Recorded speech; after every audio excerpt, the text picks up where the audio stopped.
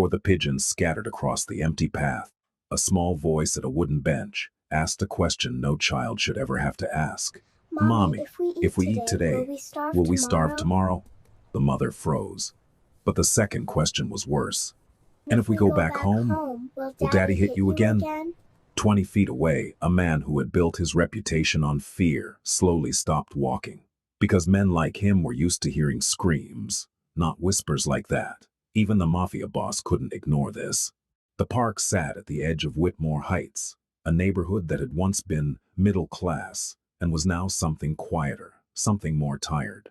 The benches were weathered. The paint on the playground equipment had chipped away in patches, revealing rusted iron underneath. A few oak trees still held their leaves, but most had surrendered them to the October wind, and they lay across the path in damp gold clusters that no one had bothered to sweep. It was the kind of park where people came to sit alone, where mothers pushed strollers without looking up, where old men read newspapers they'd already finished. It had a quality of forgetting about it, as if the park itself had been left behind by someone who never came back. Shelby Prewitt had chosen this bench because it was the farthest one from the road. She'd learned over the last 9 days that the farther you sat from the street, the less likely someone was to notice you. And right now, not being noticed was the only form of safety she had left. She was 30 years old. She had brown hair that hadn't been washed in 3 days, tied back with a rubber band she'd found in the pocket of her jacket. Her eyes were the kind of tired that sleep couldn't fix, the kind that comes from weeks of listening for footsteps, months of flinching at sudden sounds, years of holding your breath in your own kitchen, because the wrong word at the wrong time could change the temperature of a room in a single second. Her daughters sat beside her on the bench. Hadley was 7. Ruthie was 5. They wore mismatched jackets.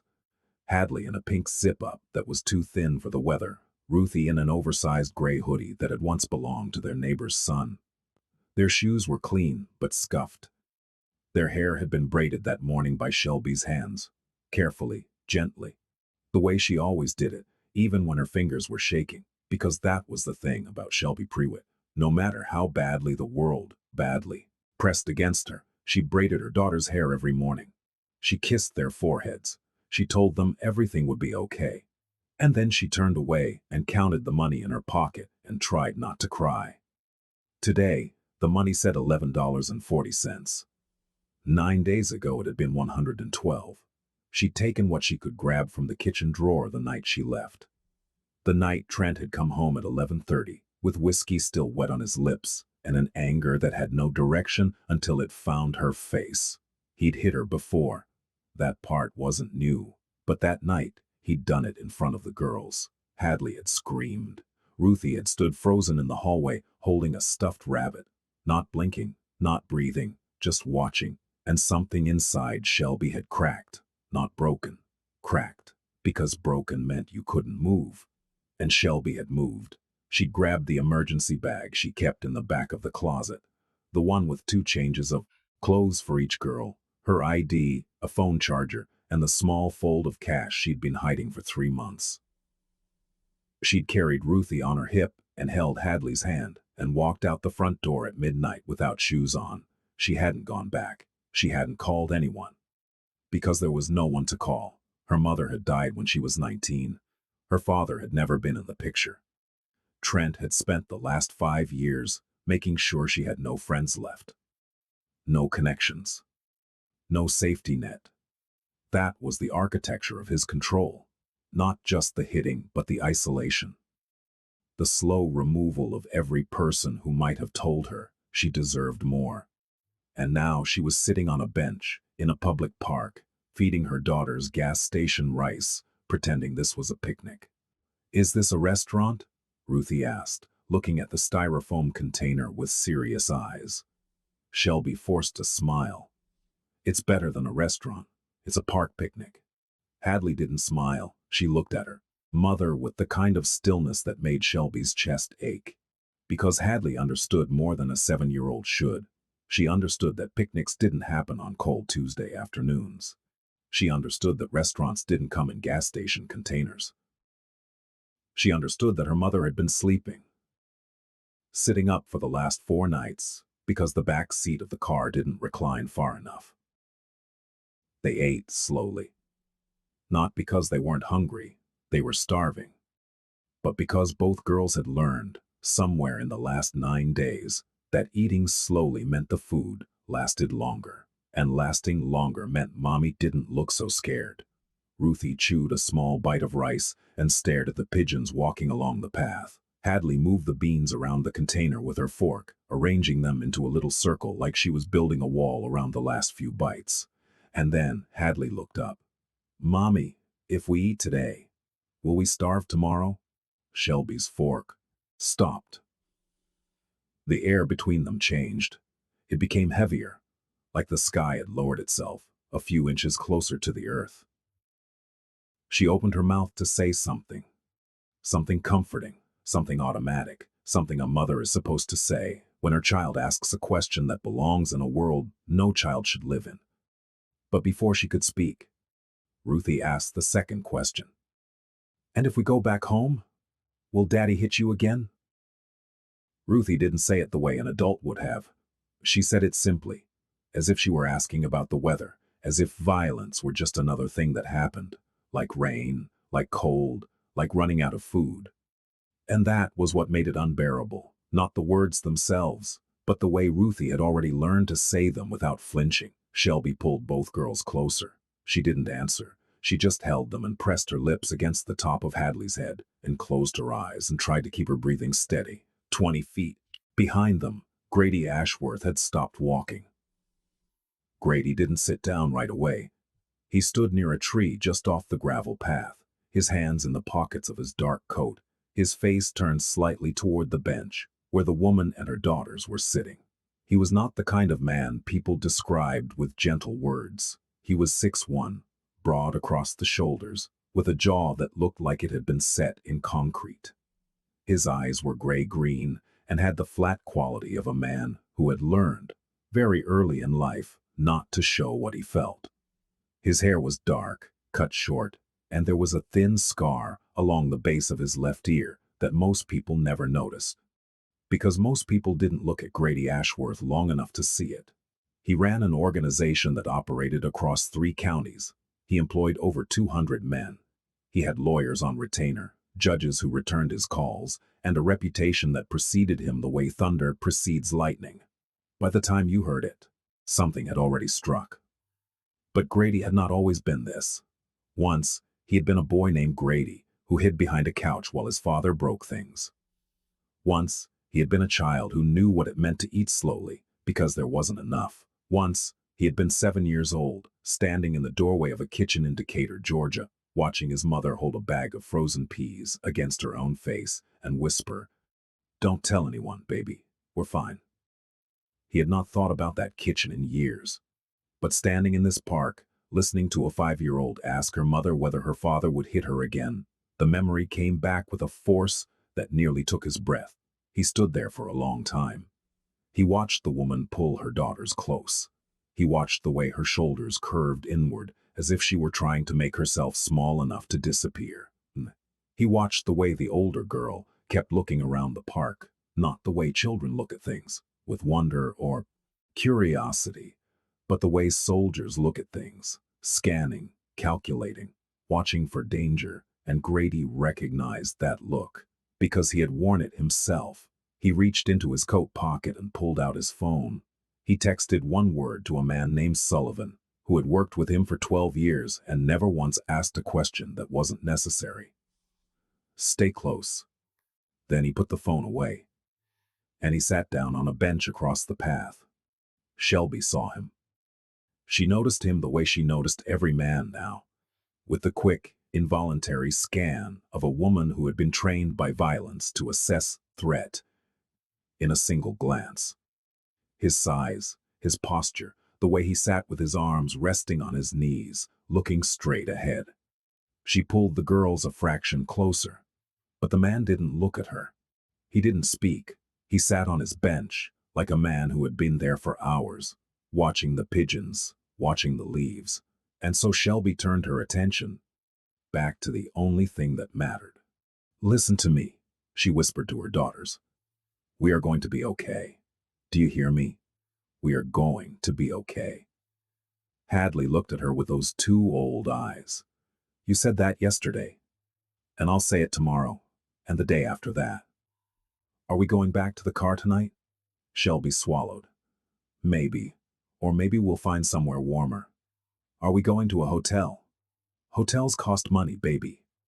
Hadley was quiet for a moment. Then she said, I don't need a bed. I can sleep sitting up. Like you do. The sentence hit Shelby in the center of her chest like a stone, because there it was, the proof that her daughter had been watching her sleep upright in the driver's seat, with her jacket balled against the window. Watching her skip meals so the girls could eat. Watching her pretend, every single hour of every single day, that she was not terrified. You shouldn't have to sleep sitting up, Shelby said softly. That's not your job. It's not your job either, Hadley said. And Shelby had no answer for that. Grady heard most of it, not because he was trying to listen, but because the wind carried sound in this park, the way rivers carry leaves, effortlessly, without permission, and what the wind brought him was a conversation that made him grip the edge of the bench until his knuckles whitened. He heard the mother say they might sleep in the car again. He heard the older girl say she could sleep sitting up. He heard the younger one ask about going home and whether her father would hit her mother again. And something in Grady Ashworth shifted. It wasn't dramatic. It wasn't a transformation. It was more like a door opening in a hallway he'd walled off years ago. A hallway where a boy still hid behind a couch and a mother still whispered, "We're fine." His mother's name had been Colleen. She had worked 2 jobs, a diner in the morning and a cleaning service at night. She had kept Grady fed when there was no reason he should have been. She had taken every blow his father threw and absorbed it into her body like a sponge soaking up rain, and she had never once raised her voice in front of her son. She had died when Grady was 14, not from the beatings, from exhaustion, from a body that had simply been asked to endure too much for too long. He had never forgiven himself for not being old enough to protect her. He stood up from the bench. Shelby felt his approach before she saw it, the change in the air, the sound of footsteps on gravel. She turned, and the man in the dark coat was standing 6 feet away, his hands visible at his sides, his posture deliberately non-threatening. I'm not going to bother you, he said. His voice was low, calm, and had the kind of control that came not from gentleness, but from discipline. I just want to ask you something. Shelby's arms tightened around her girls. We're fine. The words left her mouth before she could stop them, and the moment they did, she heard her own lie. The same lie every woman in her situation has told 1,000 times. The lie that has been passed down like an heirloom of survival. The lie that means, please don't look too closely, because if you do, I might fall apart. Grady didn't react to the lie. He'd heard it before. From his own mother, in the same voice. Your girls look cold, he said. They're fine. The little one's jacket is too big. She keeps pulling the sleeves up so her hands can hold the fork. Shelby blinked. She hadn't noticed that. But Ruthie was, in fact, struggling with the sleeves of the oversized hoodie, pushing them back every few seconds so she could eat. There's a diner 2 blocks east of here, Grady said. Callahan's. They serve hot food. Real food. I'd like to buy your girls a meal. We don't need... I know you don't need it. I'm asking if you'll accept it. The distinction mattered. Shelby heard it. The difference between someone telling you what you need and someone asking what you'll allow. It was a language she hadn't heard in 5 years. Why? She asked. Grady looked at the 2 girls on the bench. Hadley was staring at him with that same scanning expression.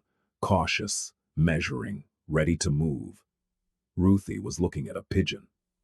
Because I asked my mother the same kind of question once, Grady said. And nobody stopped. The silence that followed was the kind that changes the direction of a conversation.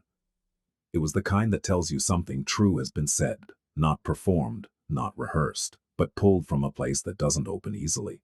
Shelby studied his face. She had become an expert in reading men, in reading the difference between the ones who offered help and the ones who offered conditions, in reading mouths for cruelty and eyes for danger. She didn't find either in his face. She found something worse. She found recognition. Okay, she whispered. Callahan's Diner sat on the corner of Whitmore and 7th, a small brick building with foggy windows and a bell above the door that rang when you walked in. The kind of place where the waitress called everyone "hon," and the coffee was always hot and slightly too strong. Grady walked ahead of them. Not beside them, not behind them. Ahead. Creating space, making it clear that the woman and her children were choosing to follow, not being led. When they entered, the waitress looked up from behind the counter. She saw Grady first, and her face changed the way faces do when someone powerful enters a room. Not fear exactly, but awareness. A slight adjustment. Booth in the back, Grady said. The waitress nodded and led them to a corner booth with red vinyl seats and a window that looked out onto the parking lot. Shelby sat with the girls on one side. Grady sat across from them. Ruthie stared at the laminated menu with wide eyes. "Mommy, they have pancakes." "You can have pancakes," Shelby said softly. "And eggs." "And eggs." Hadley didn't look at the menu. She looked at Grady. "Are you going to hurt us?" The question hung in the air, like a bird frozen mid-flight. Shelby immediately reached for Hadley's arm, but Grady held up one hand, gently, barely a gesture, and looked the 7-year-old in the eyes. "No," he said. "I'm not going to hurt you. I'm not going to hurt your mother, and if you don't want to stay, you can walk out that door right now and I won't follow." Hadley held his gaze for a long moment. Then she looked at Shelby. Shelby gave a small nod. Hadley picked up the menu. They ordered pancakes and eggs for Ruthie, a grilled cheese with tomato soup for Hadley, a club sandwich for Shelby that she ordered only because Grady said, "You should eat too." While they waited for the food, Grady asked nothing. He didn't press, he didn't interrogate. He sat with his hands on the table and let the silence do what silence does when it's offered without expectation. It gives people room to breathe. It was Shelby who spoke. "First, we left 9 days ago," she said. Her voice was low, directed at the table. "My husband, he was, you don't have to explain." "I want to, because I need someone to know." She paused. "He hit me for 5 years. I stayed because I thought I could control it. I thought if I was careful enough, quiet enough, good enough, I could keep it from reaching the girls. But he hit me in front of them. And Ruthie, she just stood there. She didn't cry. She didn't move. She just stood there holding her rabbit, and I knew that if I stayed one more night, she would grow up thinking that was normal." Grady said nothing, but his jaw tightened, and his right hand, resting on the table, slowly closed into a fist. "I took what I could," Shelby continued. "Cash from the kitchen drawer, a bag I'd packed. I drove for 6 hours. Ended up here. I don't know anyone in this city. I've been sleeping in the car with the girls. I found a shelter on the second night, but they were full. I tried another one. They had a wait list. I've been buying the cheapest food I can find and trying to make it last." She stopped. She looked at the window, and then she said the part she hadn't told anyone. "He called the police, Trent. He told them I kidnapped the girls. He told them I'm mentally unstable. He filed a report. There's an alert. Child Protective Services is looking for me." Her voice cracked. "If they find me, they'll take my girls. They'll send them back to him, and he won't hurt them. Not yet. But they'll grow up in that house, with that man. And they'll learn what I learned. That love looks like control, and kindness comes with conditions." She wiped her eyes with the back of her hand. "I have $11 left. I don't have a lawyer. I don't have family. I don't have a plan. I just have them." She looked at Hadley and Ruthie. Hadley was drawing on the paper placemat with a crayon the waitress had left. Ruthie was watching the cook through the kitchen window, fascinated by the way he flipped something on the griddle. "They're everything," Shelby whispered. Grady looked at those 2 girls. He looked at the way Hadley drew a house on the placemat. 4 walls, a triangle roof, 2 windows, a door, no father in the picture, just 3 stick figures, a tall one and 2 small ones. And something in Grady Ashworth made a decision, not the kind of decision he made in boardrooms or back offices, not the kind that involved leverage or territory or money. The kind that came from the hallway he'd walled off. The kind that came from a 14-year-old boy who had stood beside his mother's hospital bed and promised himself that if he ever had the power to protect someone, he would not look away. He pulled out his phone and made a call. Sullivan, I need two things. A room at the Westin. Clean. Quiet. Long term. Under a name I'll give you, and I need Margaret Calloway's number. He hung up. Shelby stared at him. Who's Margaret Calloway? She's a family attorney, one of the best in the state. She handles cases like yours, custody disputes, protective orders, abuse documentation. She doesn't lose. I can't afford. She's on retainer. Whose retainer? Mine. Shelby shook her head. I can't take that. I don't even know your name. Grady, and you're not taking anything. I'm placing a phone call. The decision to accept what comes from it is entirely yours. The food arrived. Ruthie's eyes went wide when the pancakes were set in front of her. A short stack with butter and syrup on the side, steam curling off the top like a small warm prayer. Mommy, Ruthie said, these are the biggest pancakes I've ever seen. Eat them slow, baby. I don't want to eat slow anymore. Ruthie looked at Shelby with her enormous brown eyes. I want to eat like a normal kid. Shelby pressed her lips together and looked away. Grady watched the mother fight to hold herself together in front of her daughters, and he recognized that fight. He had watched his own mother fight it every night at the dinner table, smiling through a swollen lip, laughing through a bruised rib, pretending the world was safe while her body told a different story.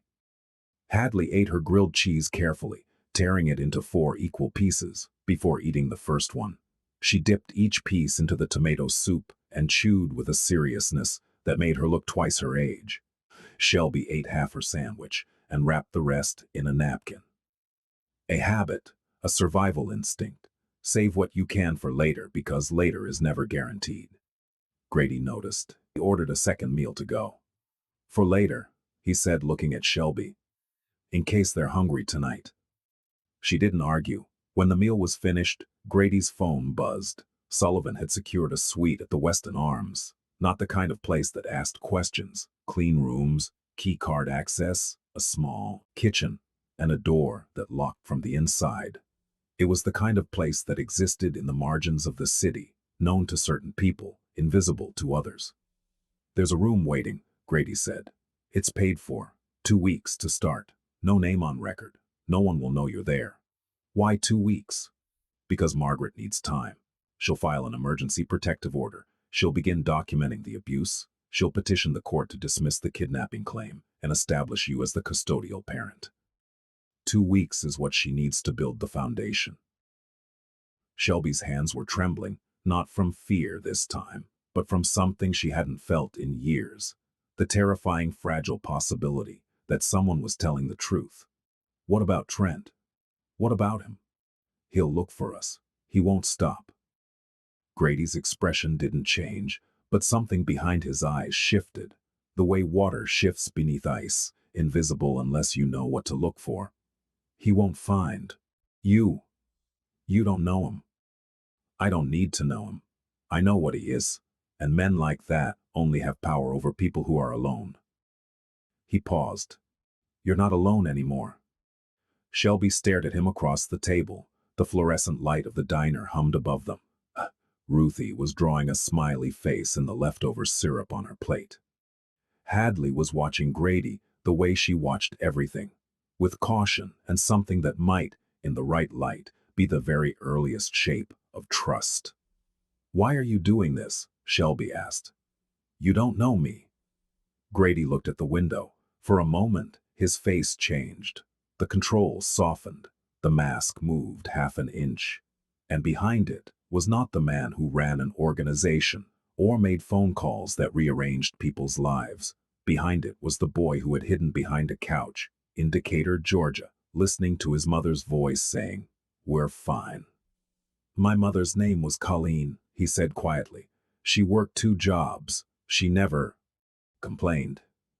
She took everything my father gave her and she turned it into something that looked like a normal life. She died when I was 14. Not from what he did to her body, from what it cost her to survive it. He looked back at Shelby. Nobody helped her.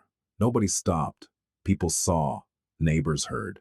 Teachers noticed bruises on her arms when she came to pick me up from school.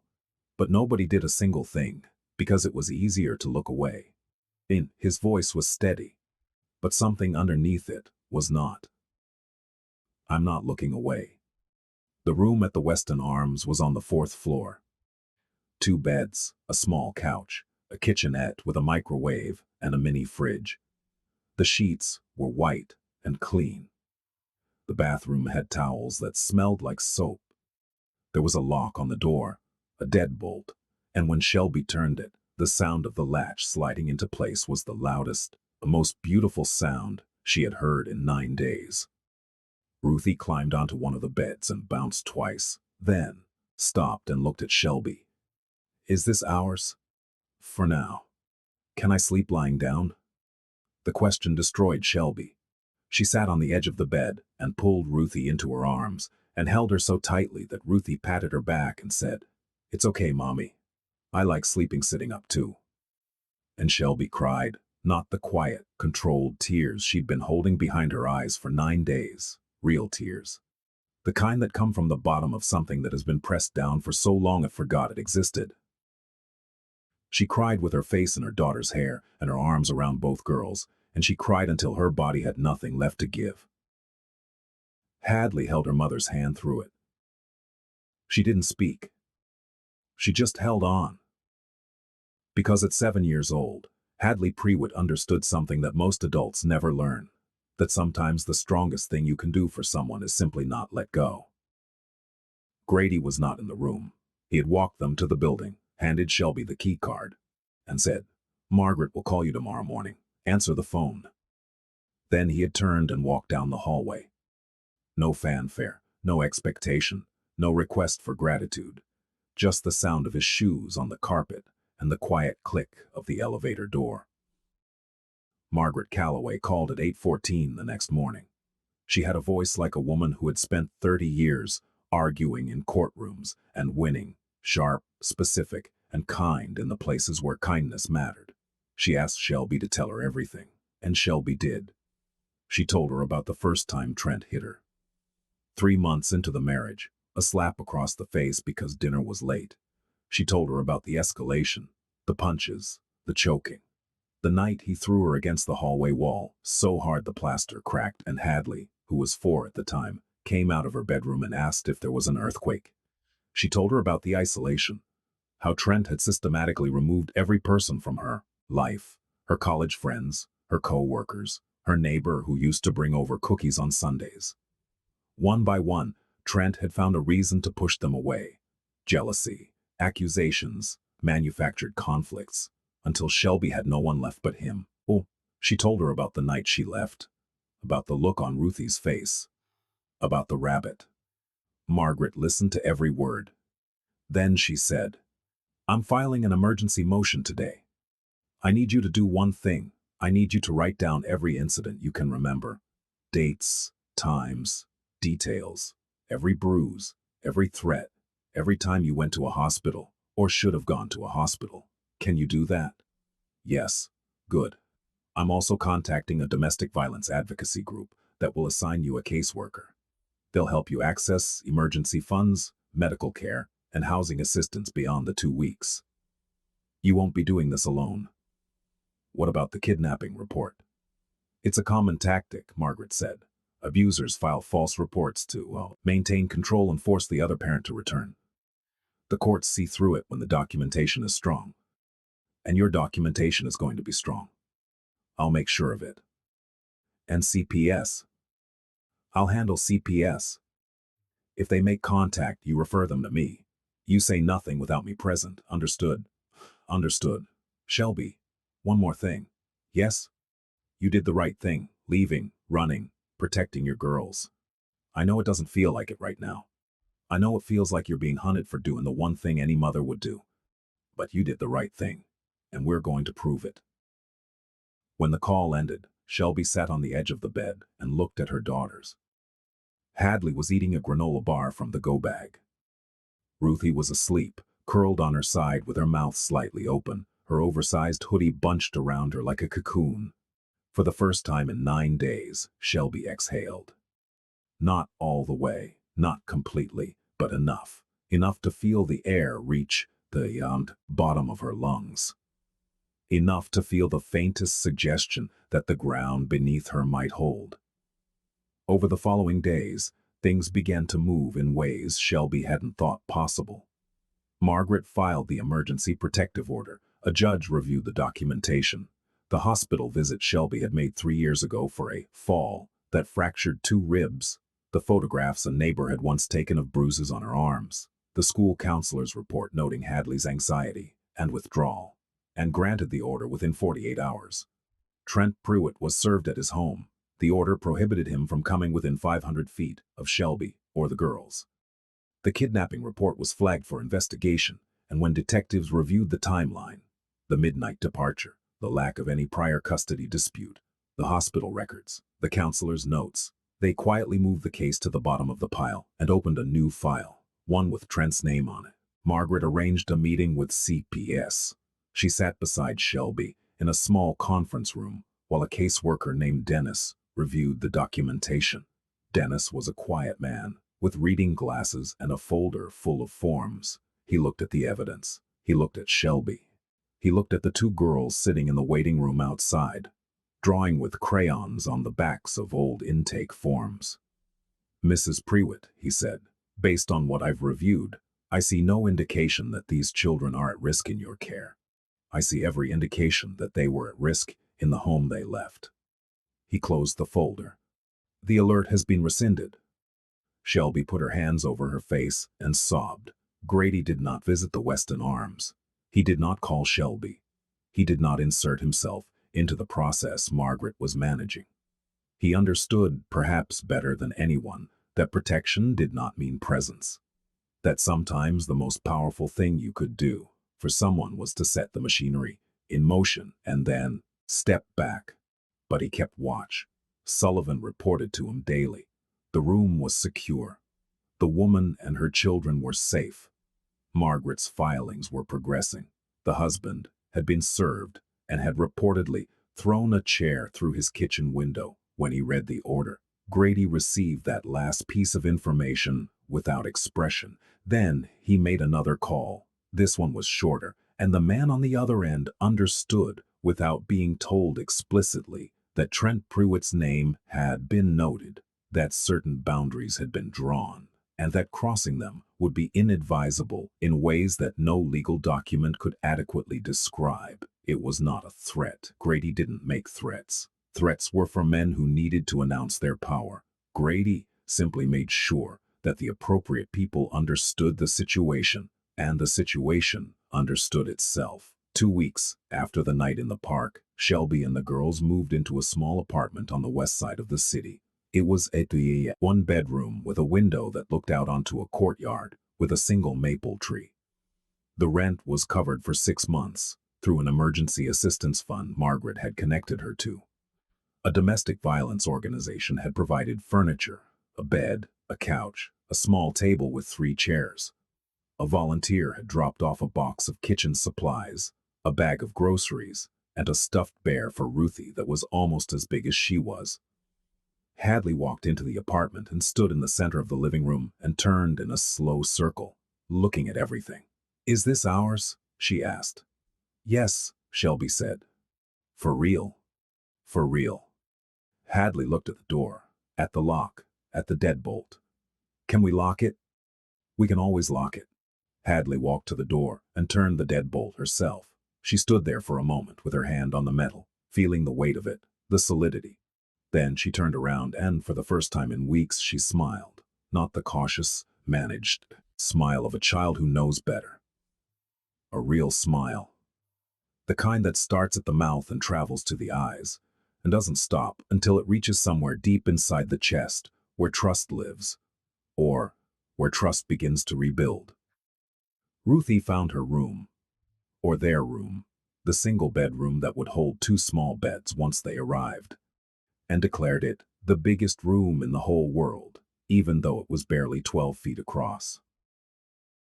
Can I put stickers on the wall? Ruthie asked. You can put anything you want on the wall. Ruthie looked at Shelby with an expression of pure, uncomplicated joy. The kind of joy that only exists in children who have been given something so simple and so enormous that they don't yet have the language to name it. Safety. That was the word. But Ruthie didn't know it yet. She just knew that the door locked and the bed was soft, and her mother was sitting on the couch without looking over her shoulder. 3 months later, on a January afternoon, so cold the windows of Callahan's diner had fogged over from the inside, Shelby walked through the door with both girls. They were dressed warmly now, proper jackets, proper shoes. Ooh, Hadley had a purple backpack slung over one shoulder. She'd started second grade at a school 3 blocks from the apartment.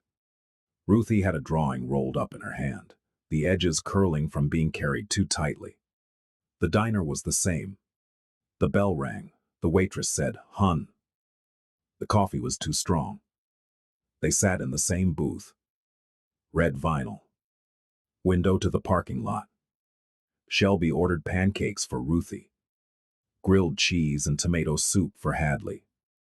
A club sandwich for herself that she ate all of, this time, without wrapping the second half in a napkin. Hadley looked up from her soup. "Mom, can we come here every Tuesday?" "If you want." "I want." Ruthie held up her drawing. It was a picture of 3 people standing in front of a building with a tree. The tallest figure had brown hair. The 2 smaller figures had braids. Above them, in shaky purple crayon, Ruthie had written a single word. Home. Shelby looked at that word and felt something inside her chest that had been clenched for 5 years, maybe longer, finally, slowly, carefully begin to open. She pressed the drawing to her heart and closed her eyes. Behind her, through the fogged window, a dark car idled at the edge of the parking lot. Inside it, a man in a wool coat looked at the diner for a long moment.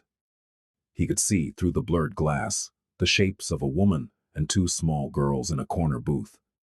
He could see the older girl dipping something into soup. He could see the younger one holding up a piece of paper. He couldn't see what the paper said, but something about the way the mother held it against her chest told him everything he needed to know. Grady Ashworth put the car in drive.